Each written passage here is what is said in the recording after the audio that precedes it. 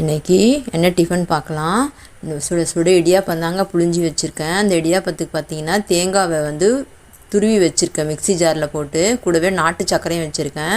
இந்த மாதிரி தேங்காய் பூவும் நாட்டு சர்க்கரையும் போட்டு சாப்பிட்டா செம்ம டேஸ்ட்டாக இருக்குங்க. அதெல்லாம் வெள்ளை சர்க்கரை விட நாட்டு சர்க்கரை உடம்புக்கும் ரொம்ப நல்லது.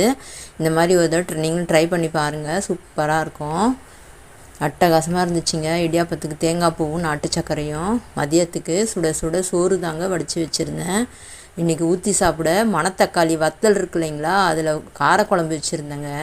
ரொம்ப நல்லா இருந்துச்சுங்க. மழை வேறு எங்கள் ஏரியாவில் சூப்பராக இருந்துச்சு. ரசமும் வச்சுருந்தேன்.